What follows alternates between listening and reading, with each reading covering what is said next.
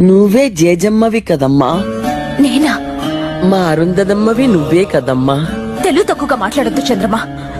నన్ను పిచ్చిదానిగా చేయకండి. నేను జేజమ్మని కాదు కాదు కాదు. నువ్వు జేజమ్మవు కాకపోతే నీ మీద అడిగే కక్ష ఎందుకు? ఎందుకు? అదే ఎందుకు?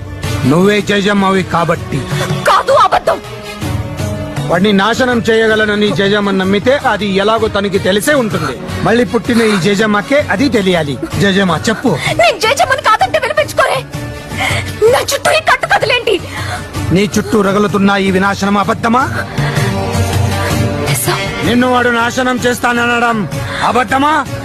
నిన్ను హింస పెట్టడానికే వాడు సమాధి బద్దలు కొట్టుకు రావడం అబద్ధమా?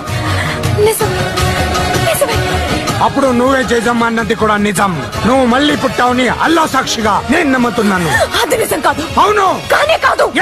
కాదు.